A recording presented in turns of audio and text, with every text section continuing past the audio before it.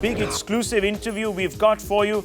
Minister of State for External Affairs Shashi Tharoor spoke to our editor-in-chief Arnab Goswami and has taken on China over its stand on Arunachal Pradesh. In fact, Shashi Tharoor has gone on record to say that India has found unacceptable and outrageous China's position on the Asian Development Bank sanctioning loans to Arunachal Pradesh and other interfering by China on that territory. Here's that interview.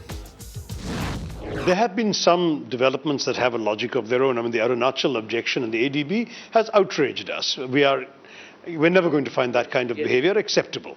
On the other hand, we feel that these matters can best be solved through talking frankly with each other, and I hope talking also amicably with each other. As far as the military deployments are concerned, there's a certain military logic to what we're doing, which is that the paramount responsibility of the Indian military is to keep India safe. We're not threatening anybody.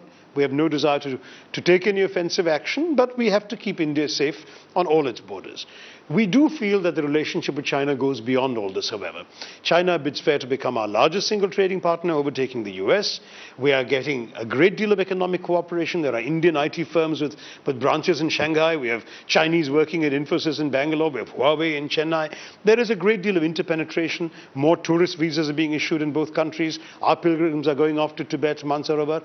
All of this suggests that the broader picture must also be borne in mind. We can't just look at a border incident or two in isolation and say this is going to be the end of the world. Obviously, China is our biggest neighbor in Asia. I mean, by far our biggest neighbor, period. And it's a neighbor with whom a good relationship has always mattered to us. So we are not, at this stage, sitting around beating the tom-toms of anxiety. If there are certain difficulties on the borders, we as a responsible government will attend to them, but we want you all to bear the larger picture in mind.